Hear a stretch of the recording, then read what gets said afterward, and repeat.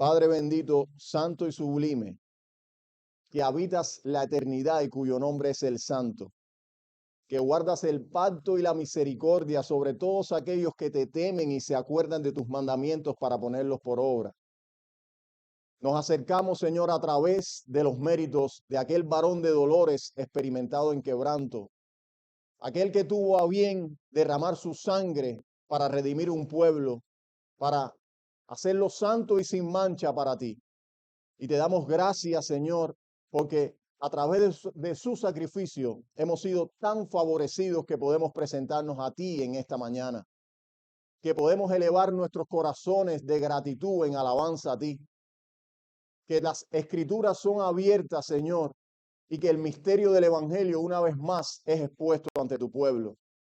Te suplicamos, bendito Dios, para que conforme a tu promesa envíes abundante provisión de tu espíritu sobre estos santos en esta mañana aquí reunidos, para que nos ayude, Señor, para que podamos hablar con denuedo tu palabra, para que podamos recibirla con un espíritu enseñable y con una voluntad dispuesta podamos ponerla por obra.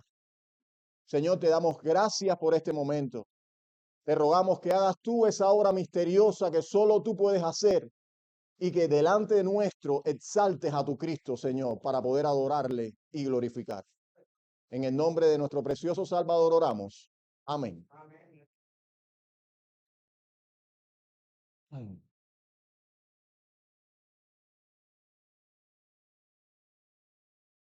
Por favor, mis hermanos, les invito a que me acompañen a Colosenses capítulo 1. Colosenses capítulo 1.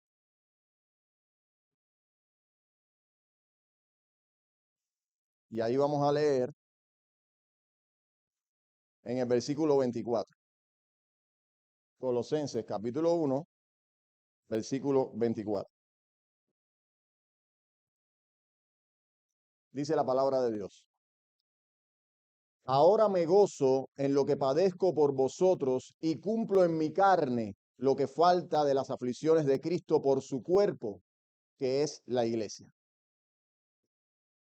Supongamos que este joven llama a la puerta de tu casa una mañana y te declara su interés en tu hija, tu única hija. Comienza a visitarla por un tiempo, pero nunca llega a comprometerse plenamente. A veces le hace alguna que otra confesión de amor, eso sí, pero nunca se decide en serio. Otras veces tu hija se queda esperándolo y él no llega. Y cuando lo hace, no expresa pesar por su ausencia. Y cuando está, parece que su mente se encuentra en cualquier lugar menos disfrutando de la compañía de ella. Todo esto a tal punto que al cabo de cierto tiempo la relación parece ir hacia ningún lugar. Tú como padre o madre, ¿qué postura asumirías con quien solo juega con el afecto de tu amada hija? Ahora quisiera llevar tu mente hacia otra escena. Esta transcurrió allá en la eternidad, cuando no existía la humanidad, cuando no existía el domingo ni la iglesia, cuando no existía nada, solo Dios. En el consejo de la Santísima Trinidad se planea la gran obra de la redención. El Padre se encuentra eligiendo a los que habrían de formar parte de la iglesia. Cristo comprometiéndose a tomar su lugar para redimirla. Y el Espíritu Santo asegurando impartir el poder de tal obra para dar nueva vida a aquellos que conformarían la iglesia. Todo había quedado aparejado de tal manera que la iglesia sería el objeto del mismo amor especial de Dios, de su cuidado y protección paterna. Y en el transcurso de tan solemne escena, apareces tú, declarando tu interés en la iglesia. Comienzas a visitarla animado por un tiempo, pero poco a poco tu interés por ella se va desvaneciendo. Le hallas un defecto aquí, algo que criticar por allá, y no la consideras digna de una entrega incondicional. Una que te haga rendir todo lo que eres y lo que tienes a sus pies. Dios, como rey y protector sobre su iglesia? ¿Qué postura asumirá con quien solo juega con el afecto de su amada hija? Este mensaje tiene la firme intención de ayudarnos a autoexaminarnos para saber si hasta ahora alguno de los presentes hemos estado solamente cortejando a la iglesia, y si es así, guiarnos a un genuino arrepentimiento para establecer con la iglesia el compromiso de la cual ella es digna. Y para tal fin, consideraremos, en primer lugar, el perfil de los que no se comprometen bíblicamente con la iglesia. En segundo lugar, el perfil de los que sí se comprometen. Y nuestro tercer encabezado, ¿cómo hacer para comprometernos bíblicamente con la iglesia de Dios? Todo bajo el título Comprometidos bíblicamente con la iglesia. Es bueno decir que parte del material usado en este sermón ha sido fruto del trabajo de pastores y autores que Dios ha dado a la iglesia. Pero antes de considerar el perfil de quienes no se comprometen con la iglesia, recordemos brevemente qué significa la iglesia para Dios. La iglesia ocupa el primer lugar en la Trinidad desde toda la eternidad. En Efesios capítulo 1, versículos 3 y 4, vemos que Dios el Padre bendijo a la iglesia con toda bendición espiritual en Dios el Hijo antes de la fundación del mundo. Y esta realidad es a menudo pasado por alto. Sobre todo porque los temas que ocupan los titulares de los noticieros en nuestros días son otros, son puramente terrenales. Vemos las decisiones de los políticos, vemos los grandes eventos y a las estrellas deportivas, pero puedo asegurarte que en los titulares del cielo ha sido, es y será la iglesia la que siempre tenga la preponderancia.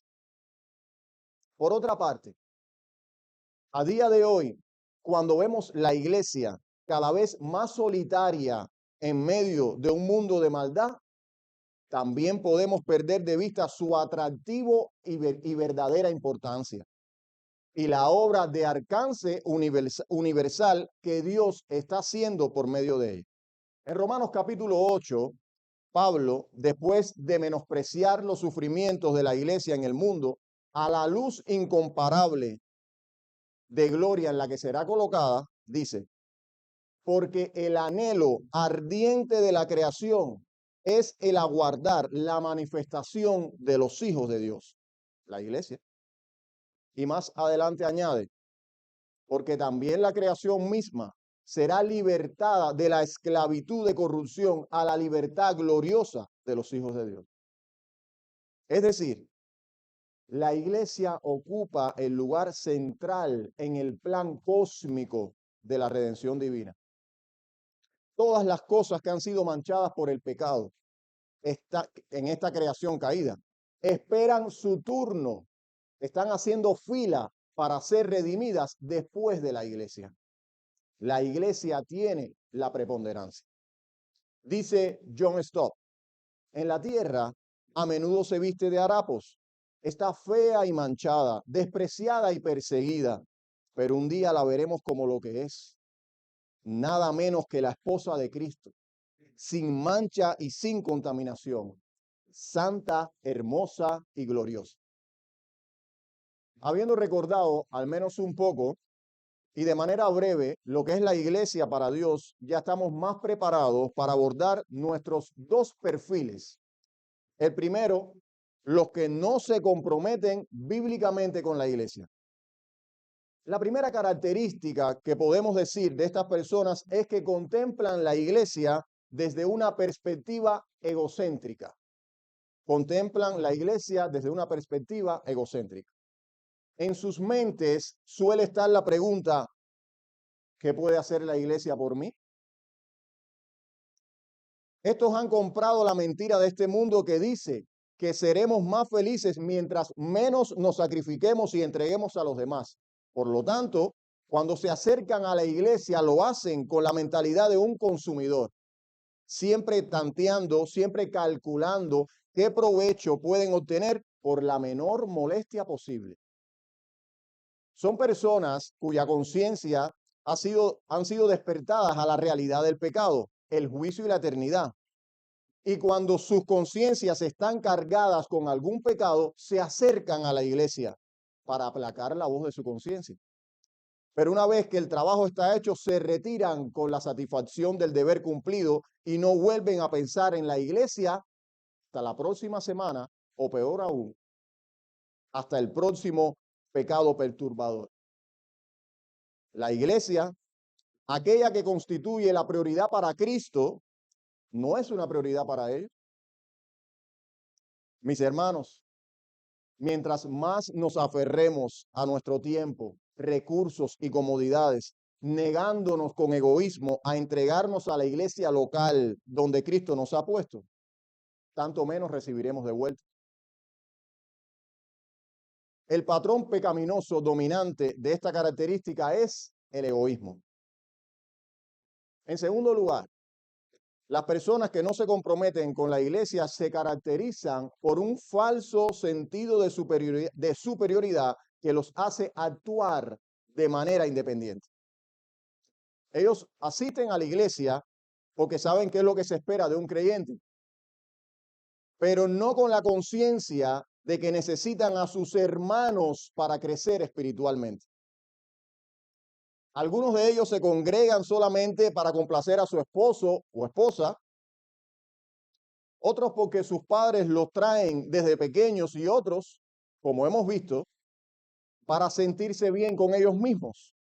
Pero más allá de las apariencias, en el fondo, donde nacen las emociones, carecen de un verdadero sentido de comunidad que los conecte emocionalmente con los demás creyentes para compartir así la experiencia cristiana. Cosas como los avances en la santidad o en la semejanza a Cristo. Cosas como las batallas contra el pecado. Estos suelen ignorar el propósito más amplio de Dios para con su pueblo como parte de una familia en una iglesia local. No se ven a sí mismos como miembros de un cuerpo que deben preocuparse por los demás y poner al servicio de los demás todo lo que son y tienen. De hecho, si mañana la iglesia donde asisten decide no reunirse más y realizar los servicios de aquí en adelante solamente por internet, no les afectaría demasiado. Porque en realidad nunca se han planteado cuáles son las bases bíblicas por las que se reúne o cuán importantes son los lazos que los unen. Al final, ellos creen que pueden consolarse diciendo, en verdad, yo no necesito otros creyentes en mi vida. Lo que ocurre con este tipo de conducta es que nos impide a todos recibir las bendiciones y los beneficios comunitarios como miembros los unos de los otros en medio de una iglesia local. El patrón pecaminoso dominante de esta conducta es el orgullo. La tercera característica es que se mantiene un constante espíritu crítico hacia todo lo que se hace o se deja de hacer en la iglesia. Como no se sienten parte de la iglesia, pueden asumir fácilmente la posición de un contrario, pues la iglesia en verdad no les duele. Suelen ser muy perezosos para ayudar, eso sí, pero muy hábiles para criticar. Y cuando las cosas no se hacen como ellos quieren, cuando no se satisface su voluntad empedernida, suelen optar por la opción más fácil, irse de la iglesia. Porque como hemos visto en las dos características anteriores, si ellos no encuentran lo que creen que la iglesia les debe, y si se sienten independientes y superiores a los demás, ¿cuál es la conclusión lógica? ¿Me voy de la iglesia? Me voy de la iglesia. Pero esta actitud escapista ante los problemas solo revela nuestro pobre sentido de compromiso con Cristo y con su pueblo. Porque hallar defectos es fácil, mis hermanos. No solo donde no los hay, sino también donde los hay. Porque ninguna iglesia es perfecta. La perfección de la iglesia radica en la perfección de los santos que la componen. ¿Tú quieres que tu iglesia sea más santa? Sé tú más santo. Toma la iniciativa. Y te adelanto, aún así habrán problemas, pero eso no es excusa para asumir una postura divisiva y tampoco para abandonar la iglesia. Un puritano advirtió, no debemos hacer un hueco en el cuerpo de Cristo porque hemos hallado una mancha en él. El interés verdadero no es el que nos hace estallar en críticas cuando vemos un problema, sino el que nos mueve para involucrarnos y ayudar. Además, no perdamos de vista que es en el contexto de los roces y las diferencias donde Dios crea las oportunidades para que crezcamos en semejanza a Jesús. Es en ese contexto donde somos impulsados por el Espíritu para sobrellevar nuestras debilidades, para soportarnos los unos a los otros, para perdonarnos los unos a los otros. Es en ese contexto donde somos impulsados por el Espíritu para amar como Cristo ama. ¿No es esto a lo que nos llama el apóstol Pablo en Efesios capítulo 4 cuando dice, os ruego que andéis como es digno de la vocación con que fuisteis llamados, con toda humildad y mansedumbre, soportándoos con paciencia los unos a los otros en amor, solícitos en guardar la unidad del Espíritu en el vínculo de la paz? Los problemas de la iglesia, mis hermanos, lejos de ser una excusa para no comprometernos, debe ser precisamente el motivo central de nuestro compromiso. Para amar como Cristo ama, para ser más semejantes a Jesús. Dios nos libre de todo espíritu venenoso y nos ayude a trabajar, porque así se manifiesta el interés genuino, ese interés que es útil para nosotros y para nuestra iglesia. Habiendo considerado el perfil de los que no se comprometen, veamos ahora el de los que sí lo hacen. En primer lugar, la primera característica que presentaremos es que los que se comprometen con la iglesia local pertenecen a la membresía de la iglesia o al menos buscan pertenecer. Uno de los argumentos de quienes no se hacen oficialmente miembros de la iglesia es que dicen que en la Biblia no aparece la palabra membresía. Y debemos decir que esto es cierto.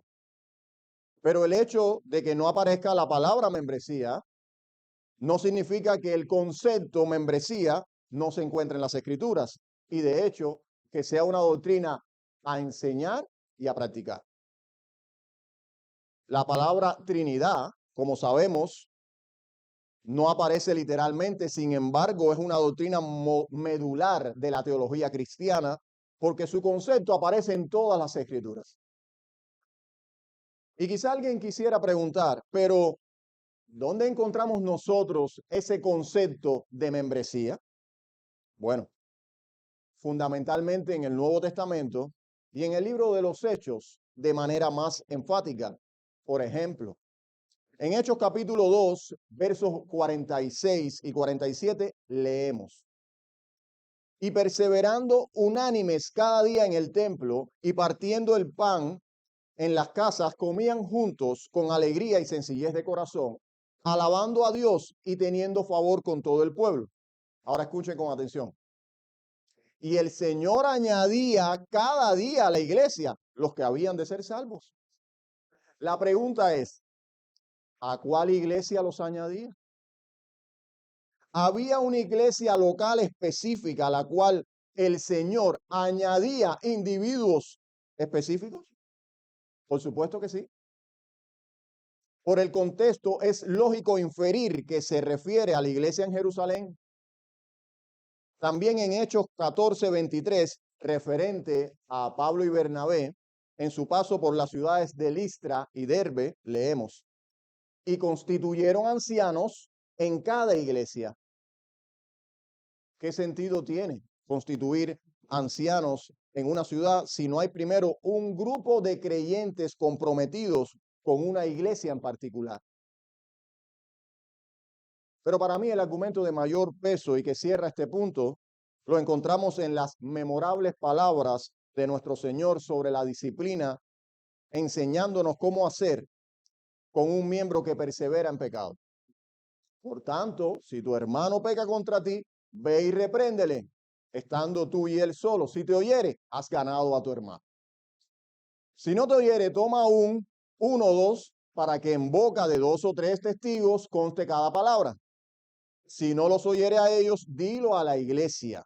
Y si no oyere a la iglesia, tenle por gentil y publicano. Primero, dilo a la iglesia. ¿A qué iglesia?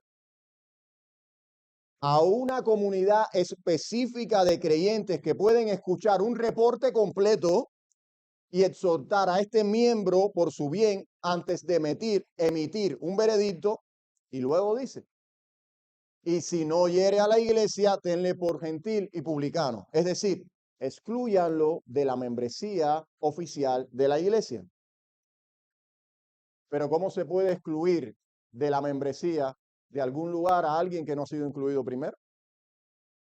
A mí no me pueden excluir del club de socios del Real Madrid porque yo no pertenezco a dicho club. Mis hermanos, Cristo presupone que todo verdadero creyente anhelará y eventualmente solicitará la membresía oficial de su iglesia local sin coacción, sino como fruto de un entendimiento espiritual maduro de lo que la iglesia significa para Dios. Y déjenme hacer una aclaración aquí que me parece oportuna. No estamos diciendo que sea necesaria la membresía de una iglesia local para entrar al cielo. De hecho, muchos la anhelan, no la tienen y entrarán. No estamos diciendo que sea necesaria la membresía para entrar al cielo. Solo por gracia somos salvos a través de la fe que es en Cristo Jesús. Lo que sí estamos diciendo es que si nuestra fe es verdadera, tarde o temprano se evidenciará también mediante un deseo creciente de compromiso con el cuerpo local de creyentes donde Cristo mismo te ha puesto. En segundo lugar, las personas comprometidas bíblicamente con la iglesia hacen de ella su prioridad.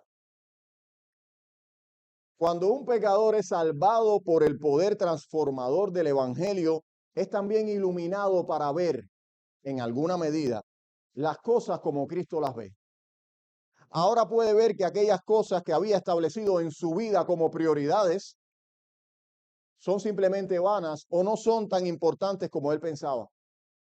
Se da cuenta de que está de paso por esta tierra y con el salmista puede decir, he aquí, diste a mis días término corto y mi edad es como nada delante de ti. Por lo tanto, comienza a establecer nuevas prioridades conforme a la nueva luz que el Espíritu Santo le ha dado.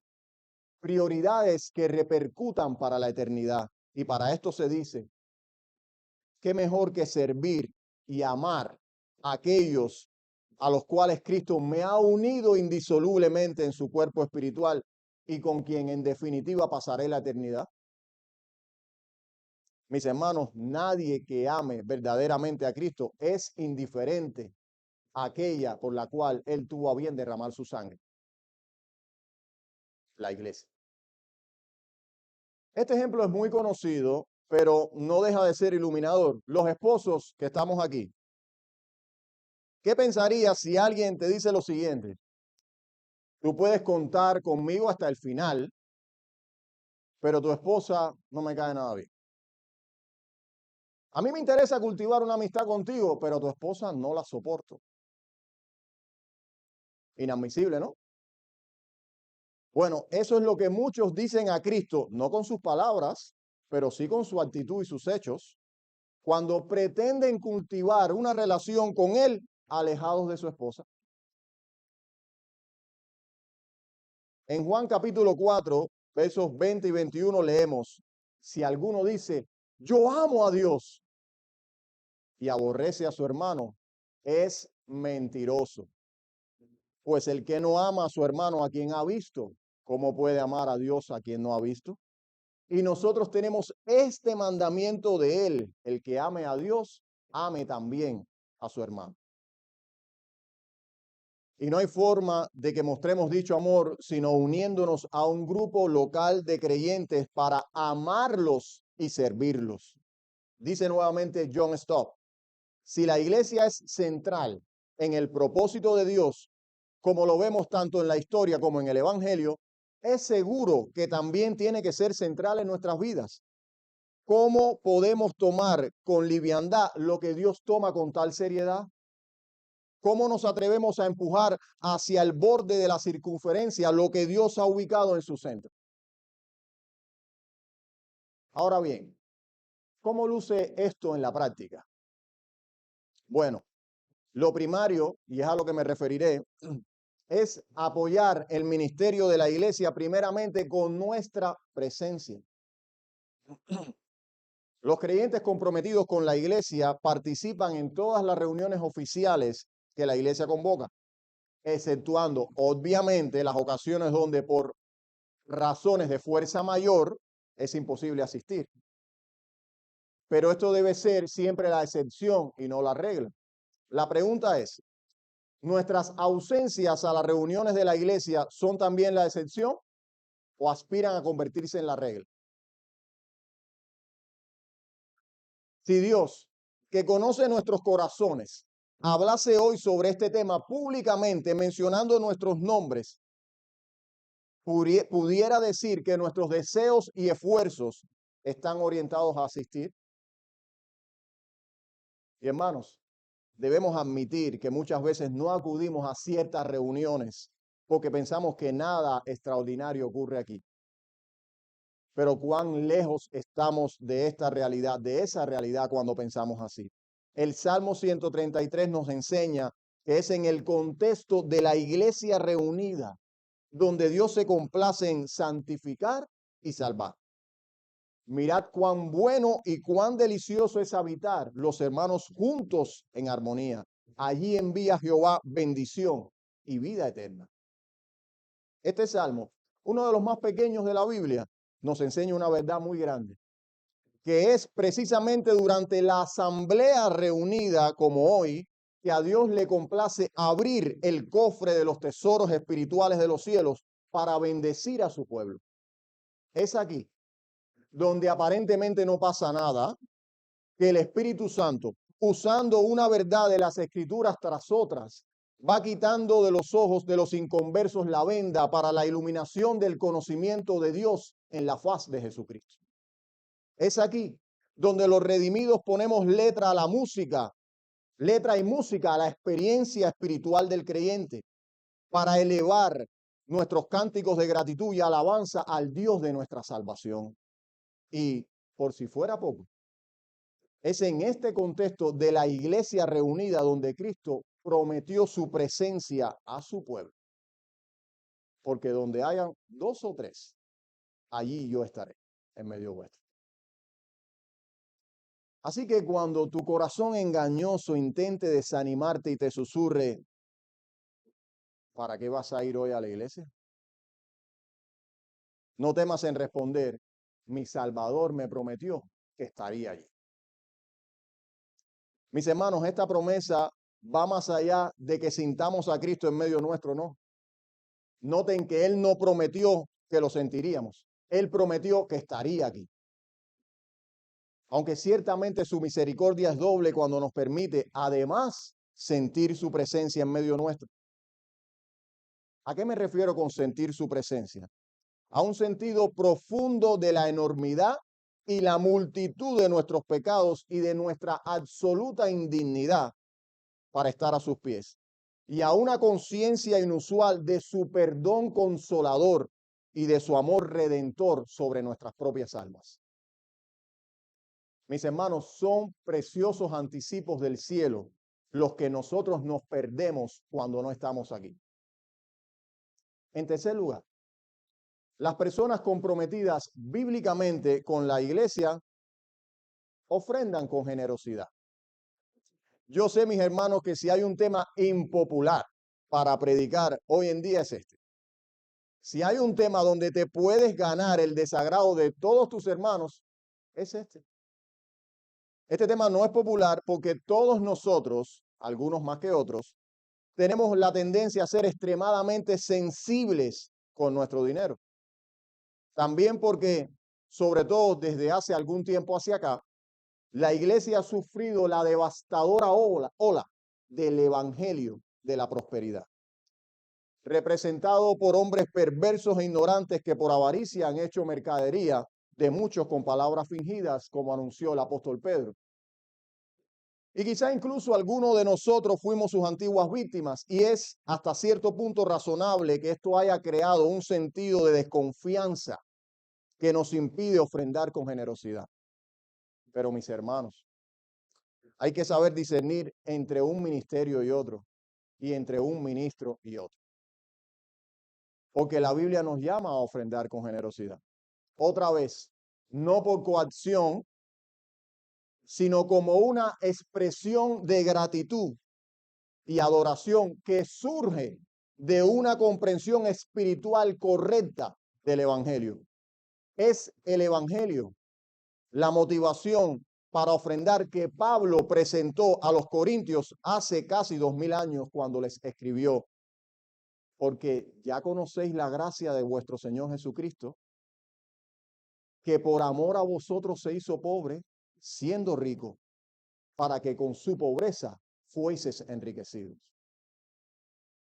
Es el Evangelio la motivación correcta por la que debemos ofrendar a Dios. Fue por una comprensión adecuada de la gracia de Dios que David dijo que no sacrificaría holocausto a Jehová que no le costase. Y seguramente fue por la experiencia de la gracia de Dios que aquella viuda pobre y despreciada con su ofrenda llamó la atención del Salvador. Y no creo que haya sido por dar todo lo que tenía principalmente, no, sino más bien porque en su ofrenda halló expresión un corazón que adoraba y fue hecha sacrificialmente. Ofrendar nuestro dinero, mis hermanos, no es básicamente una cuestión de dinero. ¿Me escuchaste? La ofrenda de nuestro dinero no se trata principalmente de un tema de dinero. De hecho, muchos ricos habían dado muchísimo más que la viuda, y los hombres seguramente fueron impresionados por estas ofrendas, como los apóstoles, menospreciando la de la viuda, pero Cristo hizo justamente lo contrario. Porque el que escudriña los corazones se agrada de la ofrenda sacrificial que es hecha en amor, gratitud y gozo, sin importar su monto. También es prudente señalar que nosotros debemos buscar ofrendar con el propósito que nosotros no debemos buscar ofrendar con el propósito de agradar a Dios por medio de la ofrenda. Solo podemos agradar a Dios por medio de Jesucristo, mediante la fe. Pero insisto, es nuestro deber imitar el espíritu sacrificial de esta ofrenda. En cuarto lugar, las personas comprometidas bíblicamente con la iglesia asumen responsabilidades de servicio. La definición más simple y a la vez más acertada que he leído de servicio dice: servir es dar de sí mismo, su energía, su tiempo, sus dones para algo que no es usted mismo. Servir es dar de sí mismo, su tiempo, energía, dones para algo que no es usted mismo. En 1 de Pedro capítulo 4, verso 10, leemos: cada uno según el don que ha recibido, ministrelo a otros como buenos administradores de la multiforme gracia de Dios. Este texto nos enseña básicamente dos cosas. Primero, no hay ningún cristiano verdadero que no tenga al menos un don. No importa si tú eres nuevo en la fe o si tú no sientes que posees al menos un don. La Escritura dice que si tú eres un verdadero creyente, tú tienes al menos un don. Y si preguntas, ¿y cómo yo puedo saber cuál es mi don? La respuesta es sencilla.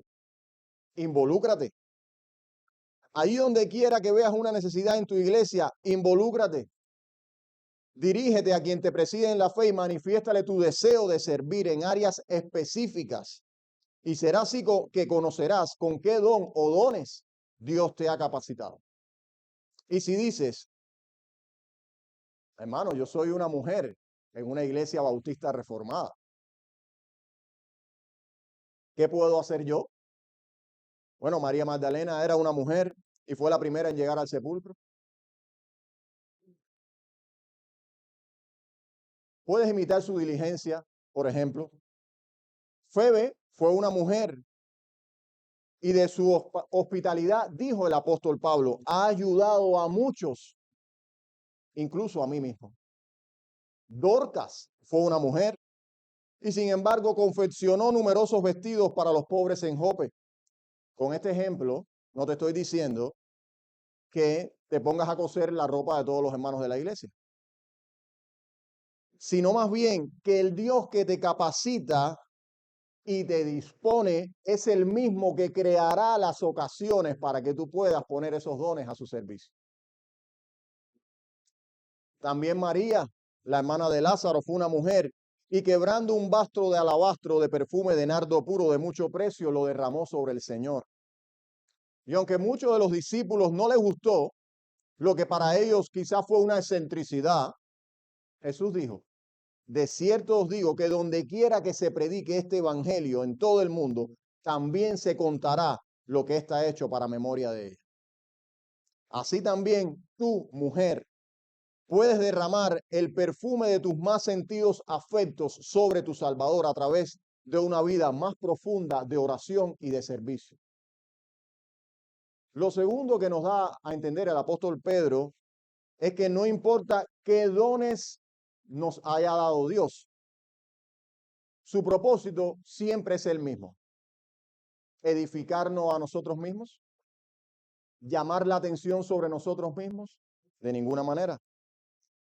Estos eran los problemas que padecía la iglesia en Corintio, a quien Pablo le dijo, pero a cada uno le es dada la manifestación del Espíritu para provecho. Propósito, para provecho. Nuestros dones, mis hermanos, han sido dados con el único propósito de servir y sobre todo a la comunidad local de creyentes donde Cristo nos colocó. No hay don que tengas que no sea para el beneficio de algún hermano.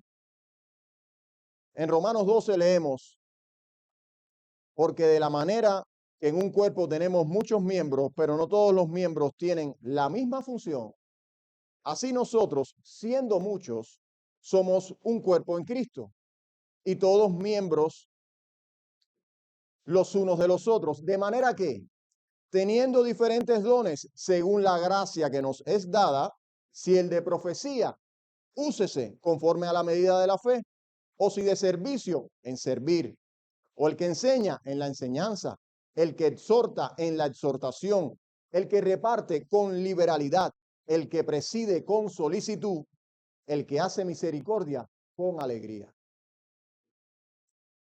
Por lo tanto, no hay ningún cristiano que no esté llamado a ser un siervo de su hermano. Así como el Hijo del Hombre no vino para ser servido, sino para servir.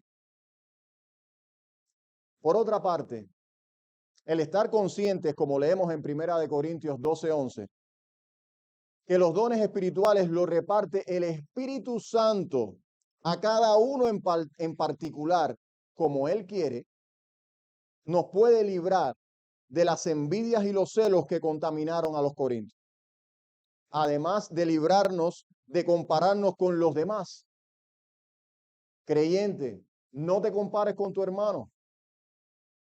Evita esas comparaciones porque son una puerta abierta para cultivar la envidia y las divisiones en la iglesia. Al final, Dios no te demandará conforme a los dones que le dio a los demás, sino conforme a los que te dio a ti y al uso diligente que tú has hecho de ellos.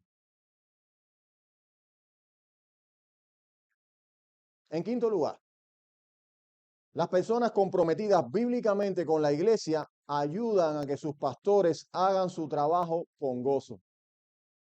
En Hebreos 13:17 leemos: obedeced a vuestros pastores y sujetaos a ellos, porque ellos velan por vuestras almas como quienes han de dar cuenta, para que lo hagan con alegría y no quejándose, porque esto no os es provechoso. Miren qué curioso. Los beneficiarios de que nuestros pastores hagan su trabajo con alegría somos nosotros mismos. En otras palabras, a nosotros nos conviene que nuestros pastores hagan su trabajo con un corazón alegre y no quejándose. Hay un círculo virtuoso aquí. Yo, sometiéndome al pastor que Cristo ha puesto para velar por mi alma, puedo favorecer el éxito de su trabajo para que toda la iglesia reciba un mayor beneficio. Yo me convierto en una influencia pasiva en la edificación de la iglesia cuando me someto a mi pastor. Por otra parte, si tú no eres capaz de someterte a tu pastor, ¿cómo puedes estar seguro de que eres una oveja y no una cabra?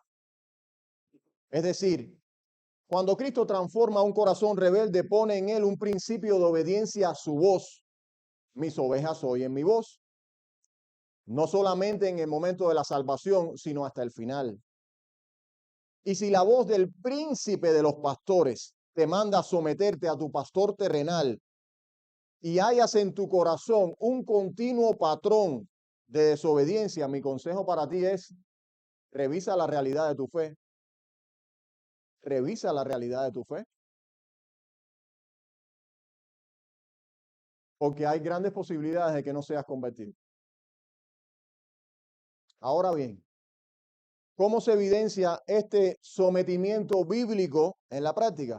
Bueno, primeramente mediante un espíritu enseñable al ministerio de la palabra y una disposición sincera de llevarla a la práctica, valorando con sumo grado el esfuerzo de tu pastor para traerte semana tras semana el alimento espiritual por el cual tu alma está firme.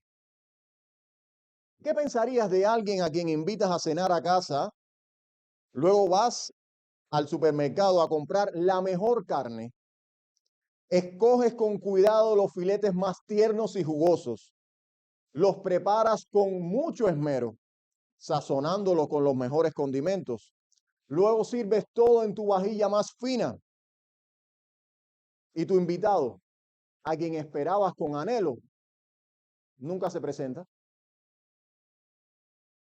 Asimismo, los ministros fieles de Dios acuden al santo mercado de la palabra de Dios, extraen la mejor porción del alimento espiritual para el alma, la cocen en el fuego lento del estudio y la oración, y luego de muchas horas de esfuerzo, cuando tienen servido en banquete espiritual, tú no vienes. ¿Pensarías que alguien que actúa así está siendo agradecido por el esfuerzo de su pastor? ¿De qué otra forma ayudamos a que nuestro pastor haga su trabajo con alegría? Orando mucho por él. Posiblemente no ha existido en toda la historia de la iglesia cristiana un hombre más dotado que el apóstol Pablo. No hubo don del Espíritu Santo que no poseyese. Y sin embargo, necesitaba la oración de los santos y la pedía.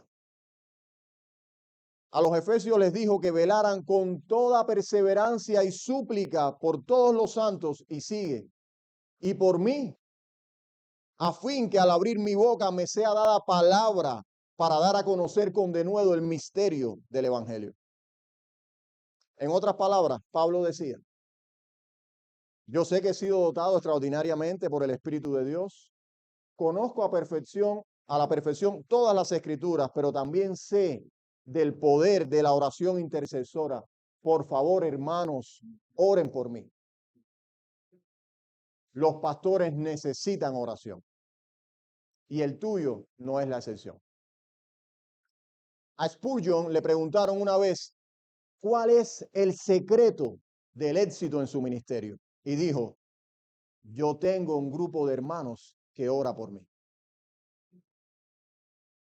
¿Crees que si a tu pastor le preguntan lo mismo, él pueda dar la misma respuesta pensando en ti? ¿Tú quieres que tu pastor tenga mayor éxito en su ministerio? ¿Quieres que más almas sean añadidas al redil de Cristo a través de su predicación? ¿Quieres ver florecer a estos retoños de Cristo en medio de tu iglesia? ¿Que más almas redimidas sean añadidas a esta congregación conforme a lo que Dios haya establecido? Si Dios ha decretado que el ministerio de esta iglesia será más fructífero, también ha decretado tus oraciones por él. Mi pregunta es, ¿estás llevando estas oraciones a cabo?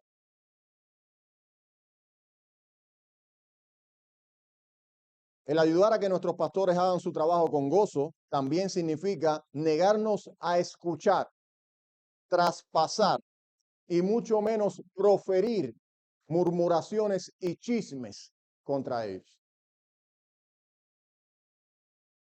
Claro está, para los que dicen los chismes, no son chismes, nunca lo son. Son críticas constructivas, son un elevado sentido de criterio sofisticado. Pero lo cierto es que Dios lo aborrece. ¿Recuerdan cuando Aarón y María murmuraron contra Moisés? Cómo Dios tomó lo que para ellos posiblemente fue un comentario sin importancia.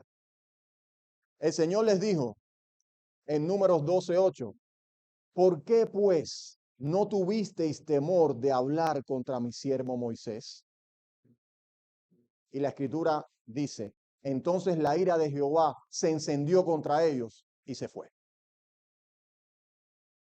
Mis hermanos, si como vemos en Efesios capítulo 4, Cristo ha dado a los pastores como un regalo para la edificación de su iglesia, no debemos extrañarnos que se tome como un agravio y un menosprecio tal actitud. Por tanto, combate todo instinto pecaminoso de murmurar contra tu pastor. Dirígete a él para resolver cualquier diferencia y rehúsate a escuchar lo que no te conviene, remitiendo a la persona que se te acerca también a tu propio pastor. Haciendo así, protegerás la salud espiritual de tu iglesia y Cristo se agradará. Piensa que quizá en el momento en el que estás tolerando el chisme, tu pastor está en alguna habitación con sus rodillas dobladas orando por ti. En sexto lugar, las personas comprometidas bíblicamente con la iglesia expresan su pasión. ¿Tú quieres saber qué apasiona a alguien? Mira qué le hace brillar sus ojos o cuál es su principal tema de conversación o en qué invierte su tiempo libre. De la abundancia del corazón habla la boca. Solo hay que mirar a nuestro alrededor. Al que le apasiona el fútbol, habla de fútbol. Conoce todos los jugadores del equipo que le gusta. Y su tiempo libre o lo invierte viendo fútbol o jugando fútbol. Y a todo al que puede contagiar con su pasión, lo hace. Bueno, asimismo, el que le apasiona a Cristo, habla de Cristo. Busca mediante la Biblia conocerlo más. Se esfuerza para que otros también puedan experimentar ese conocimiento glorioso y esa comunión en los cuales Él se deleita tanto. Ayuda a los que no tienen iglesia para que se integren a una. Y a los que están en alguna pero tienen una imagen incorrecta de la iglesia, los ayuda a restaurar esa imagen para que se involucren plenamente en el servicio al reino de Dios, el único reino que permanecerá para siempre. El que está apasionado con la iglesia no desanima a otros con respecto a la iglesia, no envenena a los demás, más bien contagia a todos mediante una entrega apasionada a la iglesia. Así que hasta aquí hemos visto el perfil de los que no se comprometen con la iglesia y el perfil de los que sí lo hacen. La pregunta lógica que sigue es, ¿en cuál de los dos perfiles encajas tú? A la luz de las cosas aquí expuestas, ¿se puede decir de ti que estás comprometido bíblicamente con tu iglesia local? ¿O que solo estás coqueteando con la esposa de Cristo. Si eres de los que dicen, hermano, yo tengo que reconocer que no tengo pasión por la iglesia, pero me gustaría tenerla. Me gustaría dar ese paso mediante el cual me involucre a un servicio más pleno para glorificar al Dios que me salvó. ¿Qué puedo hacer? Bueno, primeramente, dale gracias a Dios porque el fin de que sepas estas cosas no es que te vayas desanimado, sino que salgas de este lugar con un deseo ferviente de comprometerte bíblicamente con la iglesia. ¿Cómo hacer entonces para comprometernos? Bueno, en primer lugar, considerando a menudo cuánto Cristo ama a la iglesia y lo que hizo para que fuera suya. Lucas narra en el libro de los Hechos que en una emotiva despedida, Pablo pronuncia estas solemnes palabras a los pastores de Éfeso. Por tanto, mirad por vosotros y por todo el rebaño en que el Espíritu Santo os ha puesto por obispo para apacentar la iglesia del Señor, la cual él ganó por su propia sangre. La iglesia ha sido amada por Cristo de tal manera que la ha comprado con el inigualable precio de su sangre. Cuando amamos a la iglesia, mis hermanos, también estamos amando la sangre que por ella se derramó. En segundo lugar, considera seriamente lo que la iglesia es en realidad. No lo que el mundo dice que es, no lo que la cultura dice que es, sino lo que objetivamente es. ¿Qué es la iglesia? Un conjunto de personas a quienes Dios amó desde la eternidad, a quienes Cristo redimió hace 2000 años y a quienes el Espíritu Santo ha transformado y que sin duda serán glorificadas en el cielo. Esa es la iglesia. En compañía tan excelente te encuentras tú en esta mañana. No importa dónde vayas en el resto del día, no importa dónde estés en el resto de la semana. Según Dios, tú no te vas a encontrar en una compañía más excelente durante toda la semana que en la que estás en esta mañana. A que tú no sabías que estabas sentado en una especie de museo. Tú estás sentado en un museo y puedo decir además, en el mejor de ellos, porque las personas que están a tu alrededor son trofeos de la gracia de Dios, trofeos vivientes de su gracia. Cada uno con una historia, todos almas que a través de sus pecados iban a un infierno seguro y fueron arrebatadas como tizón del incendio. Personas en las cuales el Espíritu Santo está haciendo una obra increíble, tan sorprendente como formar en ellos la perfecta humanidad del Señor Jesucristo. La iglesia es aquella de quien aún los ángeles observan sorprendidos y aprenden, como nos dice Efesios capítulo 3. Los ángeles observan, mis hermanos, atentos, cómo Dios ha tomado aquel hermano tuyo que para el mundo es insignificante y por su espíritu lo está ayudando a luchar contra pecados particulares, contra la ira, contra la lascivia, contra el orgullo, contra el egoísmo y haciéndolo en cambio cultivar amor, gozo, paz, paciencia, benignidad, bondad, fe, mansedumbre, templanza. Los ángeles aprenden de aquellos que han sido hechos administradores de los misterios de Dios. Primera de Colosenses 4:1. Primera de Corintios 4:1. No existe nada tan sublime, mis hermanos, en definitiva, en este mundo como la iglesia de Dios. En tercer lugar, queremos tener pasión por la iglesia.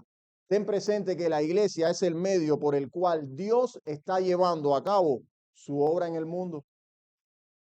Con todos sus defectos, con todas las imperfecciones que aún tiene y que no negamos, es la iglesia el único instrumento por el cual Dios continúa llamando a los pecadores a la salvación y edificando a los santos.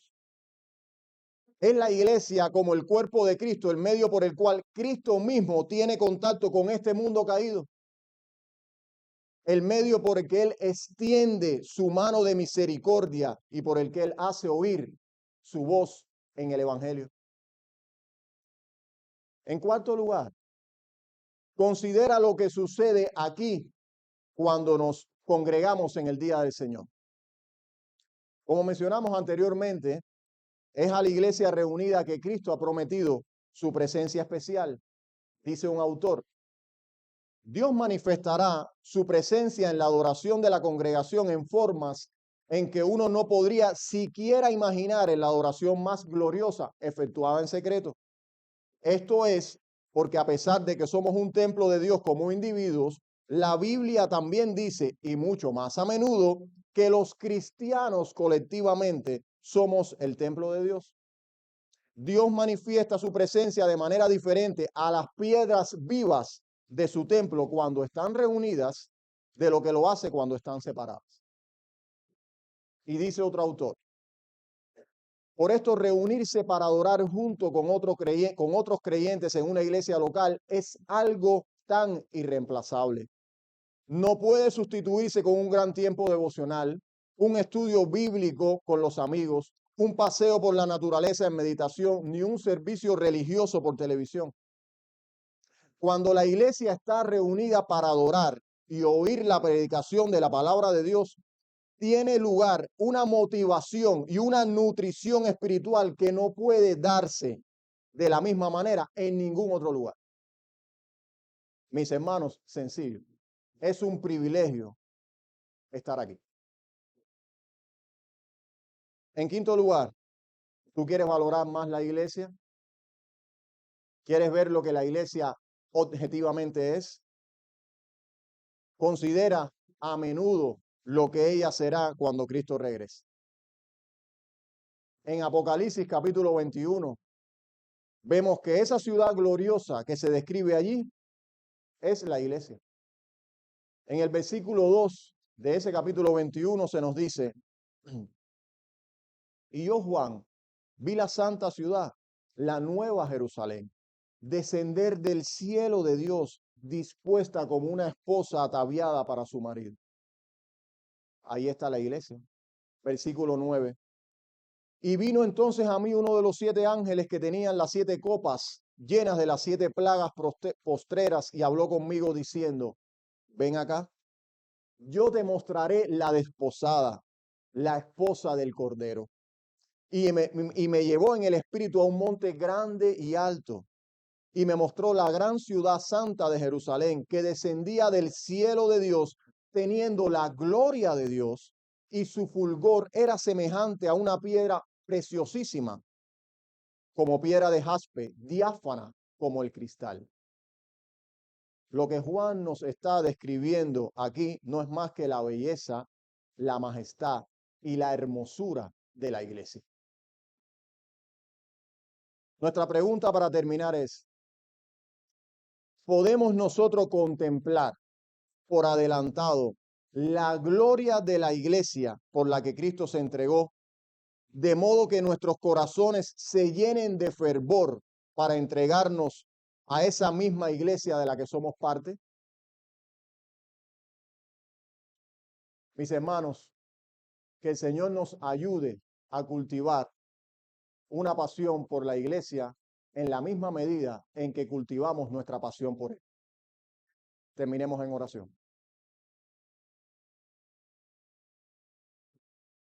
Padre bendito,